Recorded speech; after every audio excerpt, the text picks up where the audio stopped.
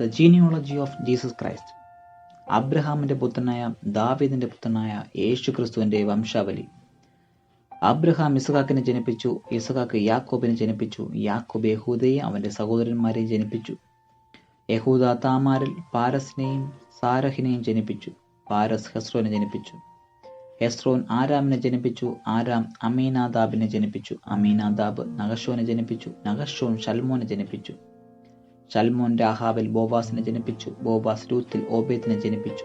Obed ഇഷായിയെ ജനിപ്പിച്ചു. ഇഷായി ദാവീദ് രാജാവിനെ ജനിപ്പിച്ചു. ദാവീദ് ഊരിയാവിന്റെ ഭാര്യയായിരുന്നവൾ ശലോമോനെ ജനിപ്പിച്ചു.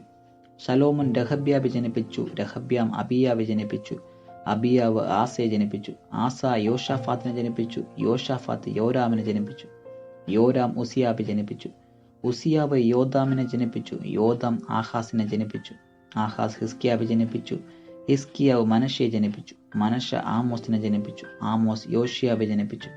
യോഷിയാവ് യൊഗന്യാവെയും അവന്റെ സഹോദരന്മാരെയും ബാബേൽ പ്രവാസകാലത്ത് ജനിപ്പിച്ചു. ബാബേൽ പ്രവാസം കഴിഞ്ഞിട്ടും യൊഗന്യാവ് ഷെയൽത്തിയേലിനെ ജനിപ്പിച്ചു. ഷെയൽത്തിയേൽ സെരൂബാബേലിനെ ജനിപ്പിച്ചു. സെരൂബാബേൽ അബീഹൂദിനെ ജനിപ്പിച്ചു. അബീഹൂദ് എല്യാക്കീമിനെ ജനിപ്പിച്ചു. എല്യാക്കീം ആസോറിനെ ജനിപ്പിച്ചു. ആസോർ സാദോക്കിനെ ജനിപ്പിച്ചു. സാദോക്ക് ആഗീമിനെ ജനിപ്പിച്ചു. ആഗീം ഏലിഹൂദിനെ ജനിപ്പിച്ചു. ഏലിഹൂദ് ഏലിയാസരെ ജനിപ്പിച്ചു. ഏലിയാസർ മത്തത്താനെ ജനിപ്പിച്ചു. മത്തത്താൻ യാക്കോബിനെ ജനിപ്പിച്ചു. യാക്കോബ് മറിയയുടെ ഭർത്താവായ യോസഫിനെ ജനിപ്പിച്ചു. അവളിൽ നിന്ന് ക്രിസ്തു എന്ന പേരുള്ള യേശു ജനിച്ചു. ഇങ്ങനെ തലമുറകൾ ആകെ അബ്രഹാം മുതൽ ദാവീദ് വരെ 14, ദാവീദ് മുതൽ ബാബേൽ പ്രവാസത്തോളം 14, ബാബേൽ പ്രവാസം മുതൽ ക്രിസ്തുവിനോളം 14 ആകുന്നു.